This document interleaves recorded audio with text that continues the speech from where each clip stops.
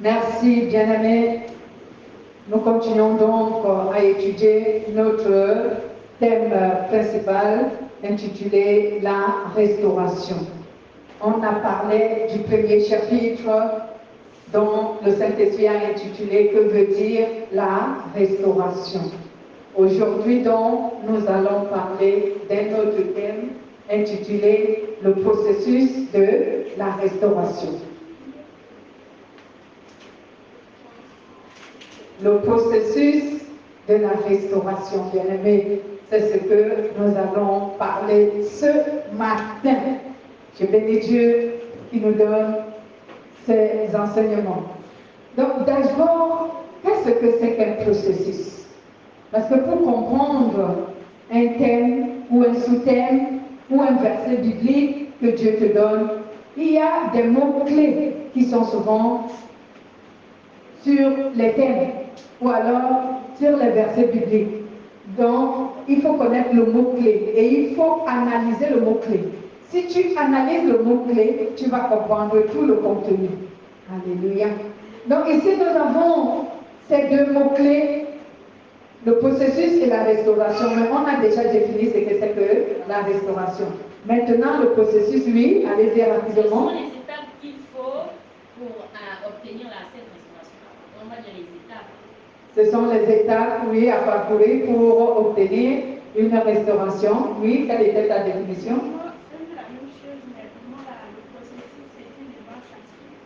C'est une démarche à suivre. Oui, c'est une bonne chose. Merci pour vos analyses. Le processus est une démarche à suivre.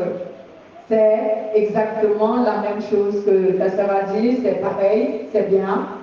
Donc, bien aimé, le processus est un mécanisme fonctionnel qui permet d'aboutir à un résultat déterminé.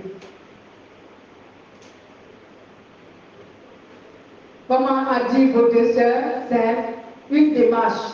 Mais moi j'ai mis le mot mécanisme. C'est un mécanisme.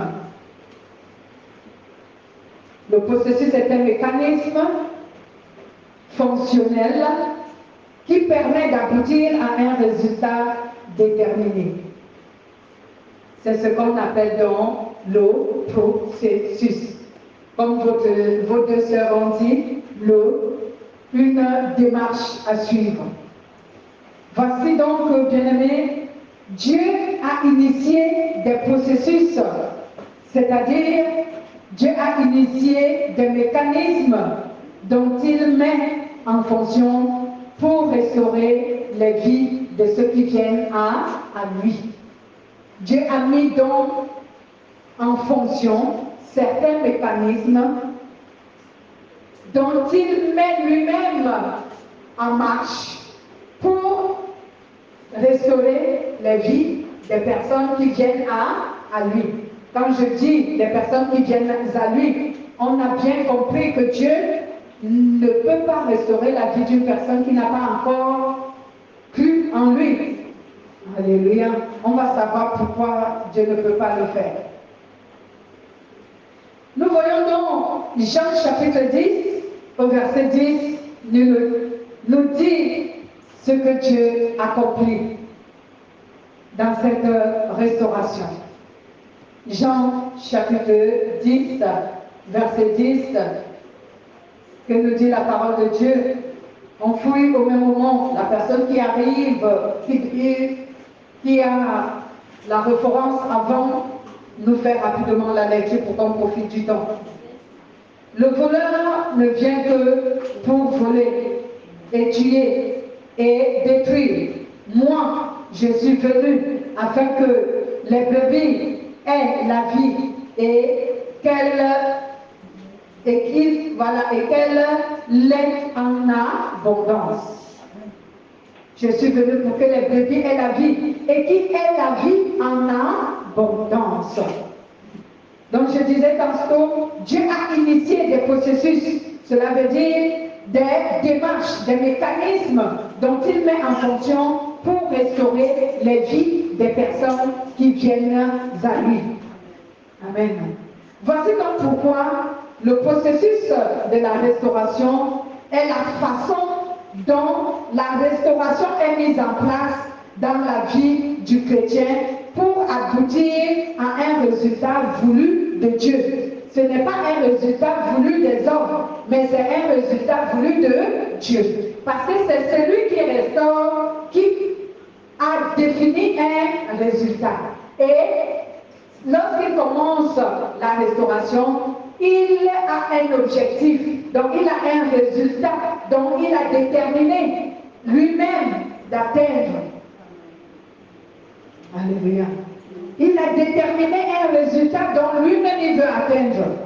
Voici donc pourquoi je vais répéter cette phrase que je venais de dire, que c'est pour cela que le processus de la restauration est la façon dont la restauration est mise en place par Dieu dans la vie du chrétien pour aboutir à un résultat que Dieu a défini, que Dieu a déterminé d'atteindre.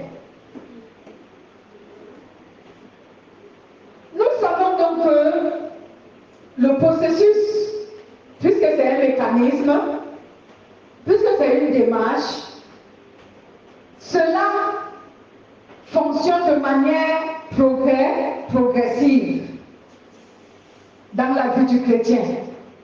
On l'a appris dimanche dernier. Le Saint-Esprit nous a dit que cela ne se fait pas en un claquement de doigts. Donc, cela est un processus, donc cela est une démarche et une très longue démarche. Donc, ce n'est pas aussitôt converti en Jésus que tu es restauré, mais c'est au fur et à mesure que tu marches avec Jésus que ta vie sera restaurée. Amen. Donc, ce processus est donc fonctionné, ce processus fonctionne de manière progressive.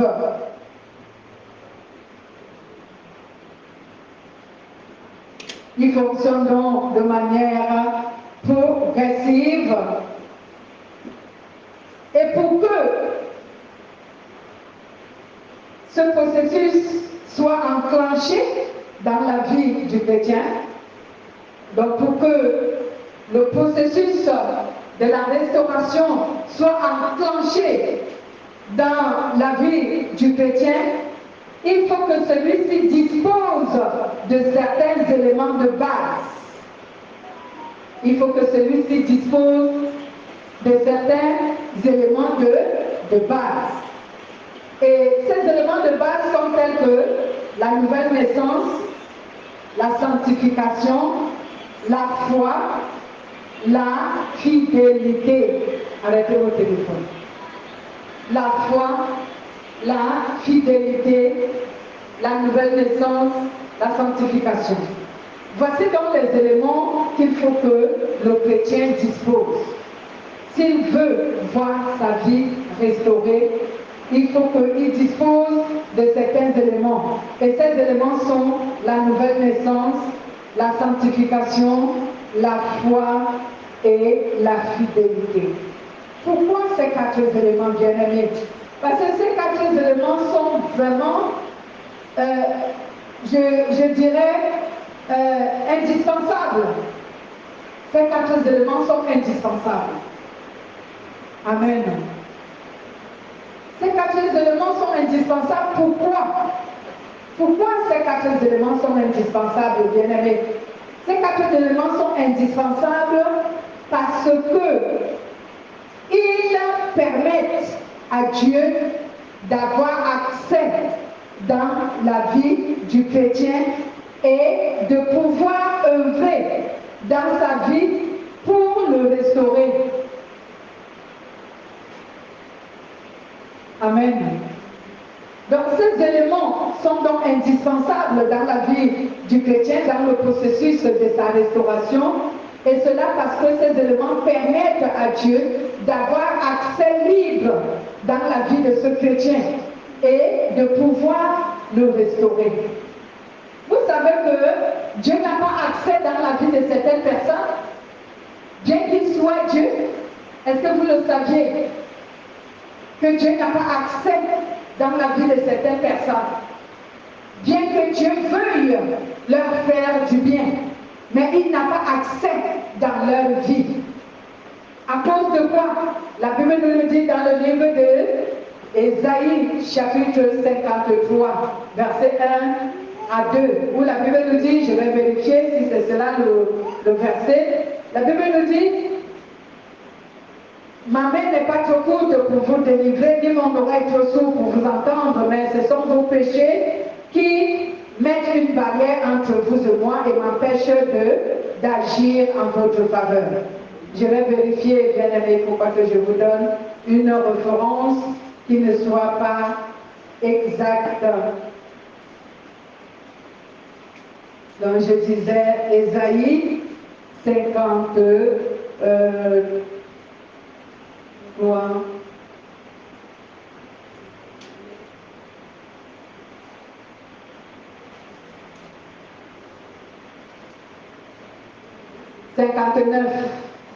Excusez-moi de l'heure, c'est pour ça que je disais, il faut que je vérifie. Ésaïe 59 qui nous dit, non, la main de l'Éternel n'est pas devenue courte pour sauver, ni son oreille trop sourde pour entendre, mais ce sont vos fautes qui mettent une séparation entre vous et votre Dieu. Ce sont vos péchés qui vous cachent sa face et l'empêchent de vous secourir.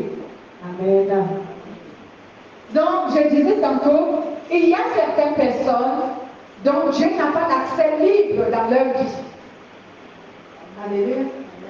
Bien que Dieu veuille leur faire du bien, Dieu veut les délivrer, Dieu veut les guérir, Dieu veut les bénir, Dieu veut se servir d'eux, mais il n'a pas accès.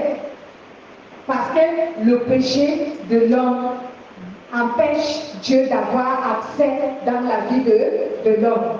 Vous me direz, Dieu peut tout. Oui, c'est vrai, Dieu peut tout. Amen. Dieu peut tout.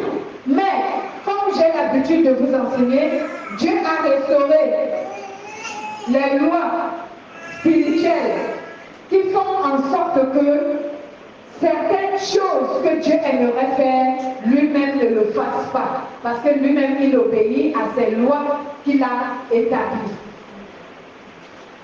Pas parce qu'il ne peut pas, mais parce que c'est un Dieu d'ordre. Lui-même, il respecte ce qu'il a dit. Si Dieu dit, à cause de ton péché, je ne peux pas agir de telle manière dans ta vie, lui-même, il va respecter ça. Il ne va pas violer sa propre parole. Prenons l'exemple. Dieu nous a dit que celui qui n'accepte pas Jésus-Christ comme son Seigneur et Sauveur, il va aller en enfer. Est-ce que vous croyez qu'il plaît à Dieu de voir les hommes aller en enfer? Non, pas du tout. La Bible le dit même dans le livre d'Ecclésiaste, chapitre 33. Dieu dit, est-ce que je souhaite la mort d'un pécheur? Non. Ce que je veux, c'est que le pécheur se répande et qu'il soit sauvé. Mais c'est la loi. Dieu l'a établie. Donc, bien que les gens iront en enfer pour avoir refusé de croire en Jésus et pour avoir refusé de se sanctifier pour Dieu, Dieu aura de la douleur de les voir aller en enfer, mais il ne va pas pouvoir faire quelque chose pour l'empêcher. Parce que ces gens n'ont pas respecté la loi que Dieu a établie, mais lui, il va la respecter. Alléluia. Donc il y a donc les gens dont Dieu n'a pas accès dans leur vie. Mais lorsque tu es un chrétien et tu veux que ta vie soit restaurée, il faut que tu recherches ces éléments bien-aimés. Si tu recherches la nouvelle naissance, la sanctification, la foi, la fidélité, cela va donner un libre arbitre, un libre accès à Dieu dans ta vie, de telle sorte que Dieu peut œuvrer dans ta vie comme il veut, parce que tu lui as donné l'accès. Je vais utiliser l'inverse. La Bible nous dit souvent, ne donnez pas accès au diable dans votre vie en commettant quoi? Le péché. Dans le livre d'Éphésiens. Est-ce que c'est le chapitre 4, verset 27? Je vérifie toujours, bien aimé, pour en être sûr des références que je donne Éphésiens, chapitre, c'est le chapitre 4, ou c'est quel chapitre? Oui, 4, verset, voilà, il dit, ne donnez pas, oui, c'est le chapitre 4, verset 27, ne donnez pas accès au diable dans votre vie. Voici donc, bien-aimé, un être humain donne accès libre au diable dans sa vie. De quelle manière? C'est en commettant le péché. Alléluia. C'est en commettant le péché que les hommes donnent un accès libre au diable dans leur vie. Mais si tu ne veux pas que le diable ait un accès libre dans ta vie, qu'est-ce qu'il faut faire? Il faut que tu évites de commettre le péché. Et si jamais tu succombes au péché, il faut que tu demandes pardon à Dieu afin que ton péché soit pardonné et qu'il ne soit plus tenu en compte. Amen. C'est de cette manière, ce sont donc les mécanismes que Dieu a mis en fonction afin de permettre aux hommes soit d'empêcher que Satan ait accès dans leur vie, soit de donner à Dieu un accès libre dans leur vie. Et nous donnons donc accès libre à Dieu dans notre vie lorsque nous sommes convertis, lorsque nous nous sanctifions, lorsque nous gardons la foi et lorsque nous demeurons fidèles. Lorsqu'on demeure fidèle. Cela donne donc un accès libre à Dieu dans notre vie. De telle manière que Dieu peut œuvrer dans notre vie quand il veut et comme il veut. Amen. C'est pourquoi je disais donc, il faut que le chrétien soit né de nouveau. Pourquoi doit-il naître de nouveau? Comme je disais tantôt, il doit naître de nouveau pour que Dieu restaure sa vie. Pourquoi? Parce que la nouvelle naissance est une manière d'entrer en communion avec Dieu. Parce que quand tu nais de nouveau, l'Esprit de Dieu vient loger dans ton esprit. Et il commence à confesser que toi tu es un enfant de Dieu, comme dit la parole de Dieu dans le livre de Romains chapitre 8 au verset 16. Que c'est l'Esprit de Dieu qui atteste que nous sommes enfants de Dieu.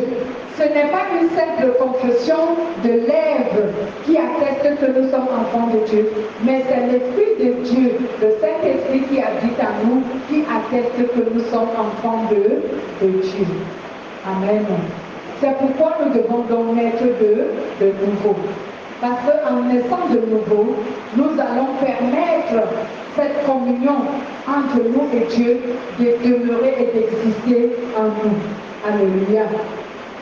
Également, nous avons dit que pour permettre à Dieu d'avoir un accès libre pour restaurer notre vie, il faut que nous soyons sanctifiés. Donc, il faut que le chrétien se sanctifie jour après jour. N'arrête pas de rechercher la sanctification, la sainteté. Donc, il faut que le chrétien se sanctifie jour après jour. Cela permet à Dieu de restaurer sa vie. Et cela parce que la sainteté d'un chrétien permet à Dieu d'œuvrer facilement dans sa vie sans opposition. Donc la sainteté d'un chrétien permet à ce que Dieu œuvre dans sa vie sans opposition. Est-ce que vous avez compris ce que je venais de dire en amont?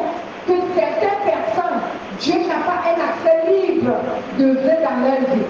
Donc lorsque tu es dans le péché et que Dieu essaye de violer sa propre parole pour essayer de t'aider, d'œuvrer dans ta vie, il y aura opposition.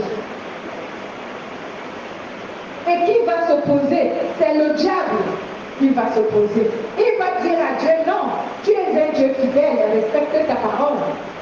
Lui, tu n'as pas le droit de l'aider à cause de son péché.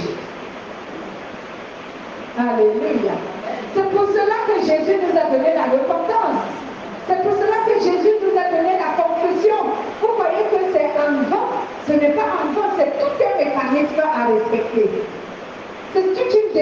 respecter, bien-aimé. Donc, un chrétien, si tu veux que Dieu œuvre dans ta vie, il faut que, bien-aimé, tu suives les normes que Dieu a établies. Il faut que tu suives les normes que Dieu a établies, bien-aimé. Si tu ne suis pas les normes que Dieu a établies, tu ne lui donnes pas vraiment accès libre d'agir. Il ne pourra pas, parce que sinon il y aura opposition. Le diable va s'élever et il va intervenir et dire à Dieu, mais souviens-toi, tu ne peux pas l'aider là, tu ne peux pas restaurer sa vie là, parce que voici ce que dit ta parole. Souvenez-vous de lorsque Jésus lui-même a vécu un combat spirituel avec Lucifer. La Bible nous donne témoignage de ce combat spirituel dans le livre de Matthieu chapitre 4, si je ne me trompe pas. Hein, Matthieu chapitre 4, où allons voir, où il y avait échange de la parole de Dieu entre Jésus et Lucifer. Amen. Il y avait échange.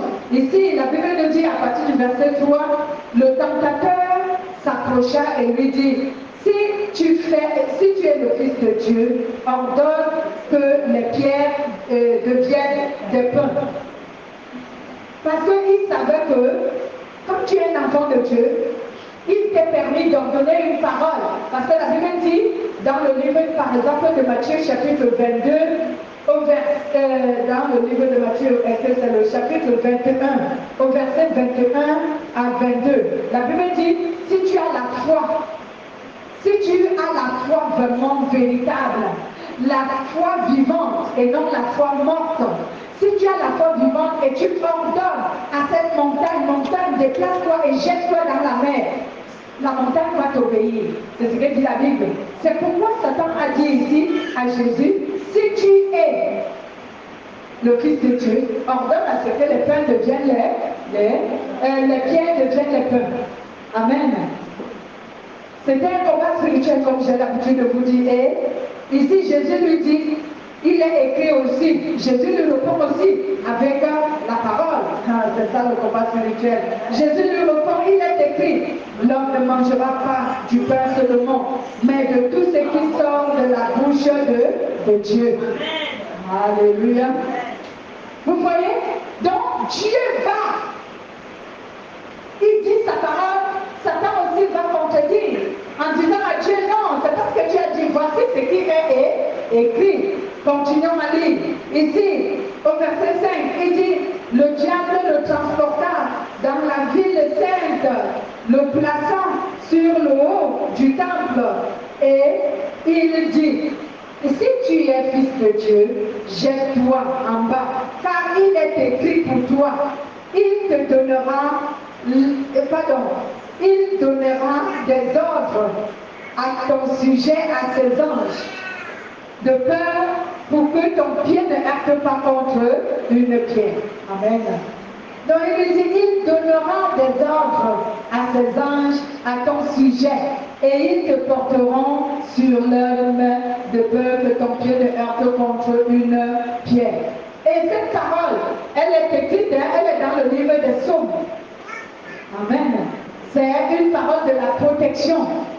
Mais Jésus qui connaît mieux la parole. C'est pourquoi on vous dit faites attention à la parole de Dieu. Jésus lui dit au verset 7, Jésus lui dit d'autre part il est écrit. Pourquoi Jésus dit d'autre part il est écrit? Parce que la parole que Lucifer lui a donnée existe. Elle existe bel et bien. Que Dieu ordonnera à ses anges de te porter sur leurs mains pour que ton pied ne heurte pas contre une pierre. Cette parole, elle est écrite dans le livre des Psaumes, elle existe.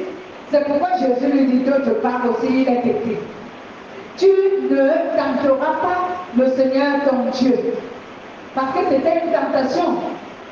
Pourquoi Dieu dit tu ne tenteras pas? Parce que ce n'est pas Dieu qui ordonne à Jésus de plonger, de faire une chute libre pour qu'il soit protégé. Si c'est Dieu qui ordonne de le faire, oui, je le fais. Mais si ce n'est pas Dieu, alors je ne le fais pas. parce qu'à ce moment même, Dieu ne me protégera pas. Là, ce serait plutôt un suicide. Dieu ne va pas me protéger, il ne va pas faire ça. Alléluia. Satan lui dit encore, le diable le transporta encore sur une montagne très haute, lui montrant tous les royaumes du monde et leur gloire. Et lui dit, je te donnerai tout cela si tu te prosternes et tu m'adores. Jésus lui répondit,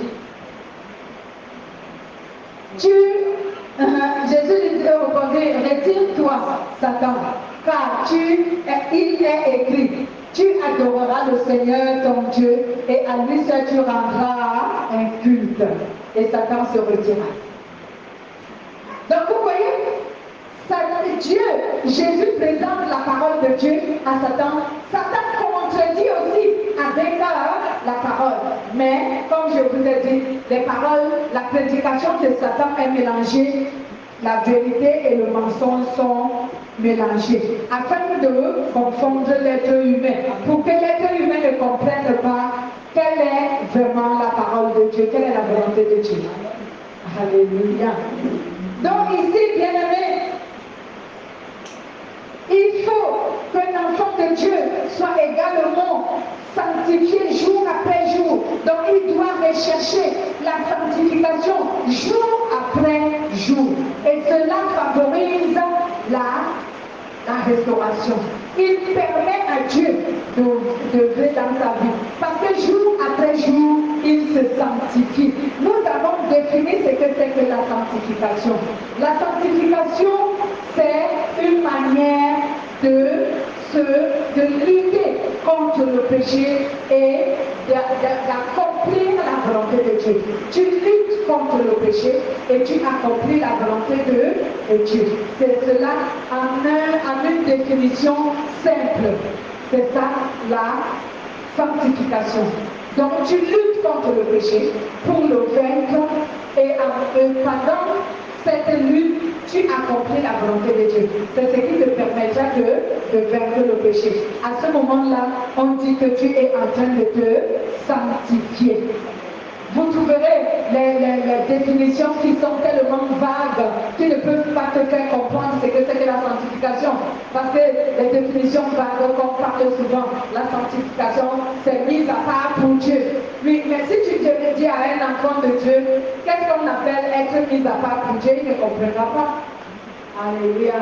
Moi, je te donne une définition simple et que tu peux facilement comprendre. Donc, la sanctification, c'est le fait de lutter contre le péché, pour résister à ce péché, pour le vaincre, et pour lutter et vaincre le péché, il faut que tu mettes en pratique la volonté de Dieu. Donc il faut que tu obéisses à la volonté de Dieu. Ainsi donc, tu es en train de te sanctifier.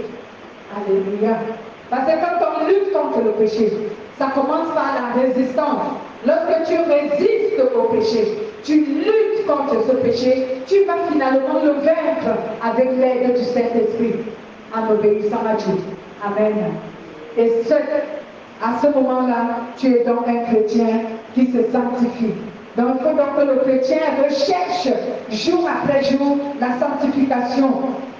Parce que cette sanctification permet à ce que Dieu œuvre facilement dans sa vie sans qu'il y ait de l'opposition, sans que Satan ne s'y oppose. Amen. Parce que si tu ne te sanctifies pas, Dieu n'aura pas un accès libre pour te sanctifier, parce que Satan va s'opposer lorsqu'il va vouloir te restaurer. Satan va s'opposer parce que tu seras dans le péché. Satan va s'opposer à cette restauration. Donc pour que Satan ne s'y oppose pas, alors sanctifie-toi. Vous comprenez? Je me souviens même d'un autre témoignage. Jésus avait prié pour Pierre. Un jour, Pierre s'est exclamé et Jésus lui a dit, Pierre, j'ai prié pour toi. Parce que Satan t'a réclamé. Et pourquoi Satan avait réclamé Pierre? À cause du péché. C'est à cause du péché que Satan réclame les hommes. Donc Satan avait réclamé la peau de Pierre. Mais Jésus a intercédé pour que l'âme de Pierre n'appartienne pas à Satan. Jésus lui a dit, j'ai prié pour toi. Satan t'a réclamé, mais j'ai prié pour toi. Alors toi aussi, quand tu seras affermi tes frères. Alléluia. Oh, merci Seigneur Jésus de ce que tu pries pour nous. Merci parce que tu intercèdes pour nous. Il faut également, pour donner accès libre à Dieu, de restaurer ta vie, il faut également que tu gardes la foi.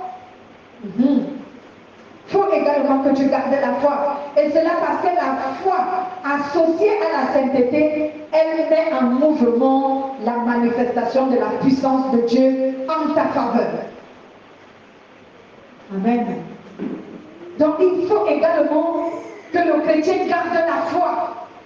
Lorsque il veut que Dieu restaure sa vie, il faut qu'il garde la foi. Pourquoi? Parce que la foi, lorsqu'elle est associée à la sainteté, elle met en mouvement la puissance de Dieu. La puissance de Dieu déclenche et elle manifeste. C'est à partir de ce moment que vous voyez souvent certains miracles se produire. Parce que la foi et la sainteté sont un mélange explosif, comme une bombe. Quand elles explosent, un miracle se produit. Amen. Donc le chrétien doit donc garder la foi avec la sainteté qu'il a. Et la foi, cela met en mouvement la puissance de Dieu en sa faveur. Et il peut donc être restauré. Alléluia. C'est pourquoi Jésus disait à ses disciples et même au monde, il leur disait, si vous avez la foi comme un grain de sénévé, vous direz à cette montagne, déplace-toi, jette-toi dans la mer. Et elle va se jeter dans la mer. Elle va vous obéir. Alléluia. Donc vous direz à une situation, toi cette situation au nom de Jésus-Christ, je t'ordonne de changer. Elle va changer. Oh, bien aimé, vous croyez que les magiciens ont plus de puissance que nous? Non. C'est notre Dieu qui est le maître de la puissance. Alléluia. Jésus-Christ est le détenteur de toute puissance. C'est lui la puissance. C'est pourquoi on l'appelle le Tout-Puissant. Donc, si tu es en communion avec lui par la nouvelle naissance, s'il a accès libre dans ta vie d'œuvrer comme il peut à travers la sainteté, donc la sanctification, et la foi que tu manifestes, la foi qui me dit tu fais confiance à Dieu en lui obéissant, bien aimé, mais tu es plus qu'un magicien dans ce monde. Parce que ce que tu dis va s'accomplir. Lisons un peu Matthieu chapitre 21. Matthieu chapitre 21, à partir du verset 21 à 22. Matthieu 21, allons-y rapidement.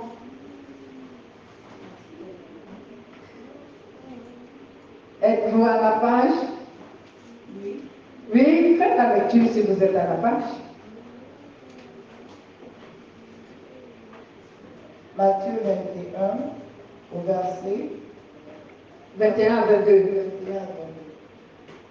Jésus leur répondit, je vous le dis en vérité, si vous aviez de la foi et que vous ne doutiez point, non seulement vous feriez ce qui a été fait à ce figuier, mais quand vous diriez à cette montagne, ôte-toi de là et jette-toi dans la mer, cela se ferait. Tout ce que vous demanderez avec foi en la prière, vous le recevrez. Amen. Amen. Tout ce que vous demanderez avec foi par la prière, vous le recevrez. Alléluia. Donc il faut que le chrétien garde la foi. Plus sa sainteté, la puissance de Dieu se mettra en mouvement à sa faveur pour qu'il soit restauré. Il faut également que le chrétien demeure fidèle, loyal à Dieu. Et cela parce que la fidélité démontre l'amour et l'attachement que nous avons en Dieu. Donc quand tu es fidèle, tu es loyal, tu es intègre. Il faut que tu sois intègre. Voilà comment Dieu a agi dans la vie de Job. Parce que Job avait tout ceci. Job était né de nouveau. Job était saint. Job avait la foi. Job était fidèle. C'est pourquoi, fait de compte, Dieu a restauré sa vie. Il lui a donné combien de fois? Oh, c'est 3 fois ce qu'il avait ou au centuple? Ce qu'il avait perdu. Alléluia. Dieu a restauré toute sa vie, bien-aimé. Toi aussi, tu veux que ta vie soit restaurée? Demeure fidèle à Dieu. Demeure intègre à Dieu. Parce que cette intégrité, bien-aimé, démontre que tu aimes Dieu. Démontre que tu es attaché à Dieu. Ne sois pas départagé. Que tu crois au monde, tu crois en Dieu. Non. Ne sois pas départagé. Que quand tu as des difficultés, on te propose telle solution, tu acceptes. On te propose l'autre solution, tu acceptes. Moi, j'ai vu les gens, il a des problèmes, il est chrétien. Les musulmans prient pour lui, il accepte. Les bouddhistes prient pour lui, il accepte. Les chrétiens prient pour lui, il accepte. C'est faux. Parce que nous n'adorons pas le même Dieu. Tu ne peux pas accepter les prières de tout le monde. C'est pourquoi j'ai l'habitude de dire, là je parle doucement, la politique est un mensonge. On dit à tout le monde, priez, priez, même les musulmans, les traditionnalistes, tout le monde doit prier. On prie qui? On ne prie pas le même Dieu. Alléluia. Les traditionnalistes prient quel Dieu? Hein? Pour que tu dises à tout le monde, priez. Priez Dieu pour qu'il ait quel Dieu? Vous voyez, ça c'est le mensonge. Amen. Donc, quand tu es un enfant de Dieu, c'est ça la fidélité. Quand tu es un enfant de Dieu, tu as un problème. Tu ne peux pas dire à tout le monde de prier pour toi parce que tu ne sais pas tout ce monde-là, quel est le Dieu qui prie. Donc, il ne faut pas accepter n'importe quelle prière. Parce que si tu acceptes n'importe quelle prière, c'est que tu as donné un accord à tout ce genre de t'aider. Donc, si tu reçois l'exaucement, tu sauras que ça vient de qui? Est-ce de Dieu ou du malin? Tu ne sauras même pas. C'est pourquoi Dieu dit, je suis un Dieu jaloux, je ne partage pas ma gloire avec un autre. Donc, voici pourquoi vous voyez que certaines personnes, pour avoir dit à une multitude de personnes de prier pour lui, Dieu n'agit pas. Dieu n'agit pas pourquoi? Parce qu'il sait que pour la plupart qui prient pour toi, il ne prie pas le vrai Dieu. Donc il ne le prie pas lui. Alléluia. Oui, arrêtez certaines choses que vous ignorez souvent. Prie pour moi. Oh, voisin, prie pour moi. Oh, papa, prie pour moi. Maman, prie pour moi. Frère, priez pour moi. Vous savez quels sont les dieux qui prient, les gens que vous demandez là qui prient pour vous. Donc vous voulez seulement une aide, peu importe d'où ça vient. Hein? Que ça vienne de l'ennemi ou que ça vienne de Dieu, cela vous importe. Ce qui vous intéresse, c'est le résultat. Sachez donc que Dieu est un Dieu jaloux. Si le résultat n'est pas de lui, il ne l'accepte pas. Alléluia. Amen. Il ne l'accepte pas. Donc, voici donc pourquoi certaines personnes se voient qu'il leur manque dans leur croyance avec Dieu, il leur manque la fidélité parce qu'ils acceptent toute aide venant de n'importe qui et venant de n'importe quel Dieu sans savoir s'il vient de Dieu, le seul vrai Dieu, ou il vient des autres. Arrêtez donc de chercher l'aide de tous les dieux ou de tout le monde. Parce que personne ne vous dira la vérité que là, vous voyez, moi je prie tel Dieu. Tout le monde confesse qu'il prie le vrai Dieu créateur. Mais qu'est-ce qu'on en sait? Il n'y a que Dieu qui connaît qui le faut vraiment en esprit et en vérité. Et c'est par là que manifeste l'infidélité de certaines personnes, où ils se voient que leur vie n'est pas restaurée par Dieu. Parce qu'il leur manque l'intégrité, il leur manque la fidélité à leur relation avec Dieu, ils ne sont pas fidèles. Alléluia. La fidélité démontre l'amour et notre attachement à Dieu. Et si tu es attaché à Dieu, oh bien-aimé, il y a une parole qui dit dans le livre des Psaumes, Dieu, je n'ai jamais vu un juste abandonné par Dieu. Alléluia. Jamais je n'ai vu un juste être abandonné par Dieu. Jamais. Si tu fais confiance à Dieu, Dieu va restaurer ta vie. Peu importe le temps, il va restaurer ta vie. Bien-aimé, si ta vie n'avait pas un sens dans ce monde, Dieu va donner un sens à ta vie dans ce monde. Ceux qui t'ont connu avant vont vraiment être étonnés de tout le changement de ta vie dans les années qui viennent ou qui vont arriver. Amen. Si tu avais des problèmes dans ta vie, si tu avais des manquements, certaines choses qui te manquaient dans la vie, des choses vraiment qui sont nécessaires, de première nécessité, parce que nous, en tant que chrétiens, ce qu'on cherche, c'est des choses qui nous sont de la première nécessité. On ne cherche pas à nous enrichir, à nous couvrir des biens du monde, parce que nous ne sommes pas des citoyens du monde. Nous sommes les citoyens du royaume des cieux et nous sommes des voyageurs et pèlerins dans le monde. Si nous avons ce qui est nécessaire pour notre vie, cela nous suffit. Donc s'il te manque ces choses de première nécessité, Dieu va te les donner. Parce qu'il sait que c'est indispensable pour toi. Alléluia. Dieu va te les donner. Si tu as des problèmes qui font obstacle à ta foi, Dieu va te délivrer de ces problèmes-là. Et bien-aimé, Dieu restaure les vies, croyez-moi. Si vous avez des problèmes qui font obstacle à votre foi, ne parlons pas des problèmes qui vous encouragent à vivre dans le péché. Mais si vous avez les problèmes qui font obstacle, irruption à votre foi, les problèmes qui luttent contre votre foi et votre salut, Dieu va vous délivrer de ce problème. Que ce soit les esprits méchants qui luttent contre votre foi, Dieu va les chasser loin de vous. Au nom de Jésus. Amen. Si vous êtes malade, bien-aimé, Dieu va vous guérir. Il va vous guérir. Alléluia. Donc, je n'ai jamais vu Dieu abandonner un juste. Un juste, Dieu ne l'abandonne jamais. Cela se trouve dans le livre de Psaume, chapitre 37, au verset 22, 5. Voici donc ce que le Saint-Esprit a voulu nous faire comprendre dans ce deuxième chapitre intitulé « Le processus de la restauration ». Amen. Processus de la restauration. Voici donc que tu dois te lever. Acclame d'abord pour remercier le Seigneur. Le psaume 37, verset 25. J'ai jamais vu un juste être abandonné par Dieu. Et Dieu ne t'abandonnera pas. Nous pouvons donc acclamer pour la parole de Dieu. Merci au Seigneur de nous avoir encore bénis ce matin.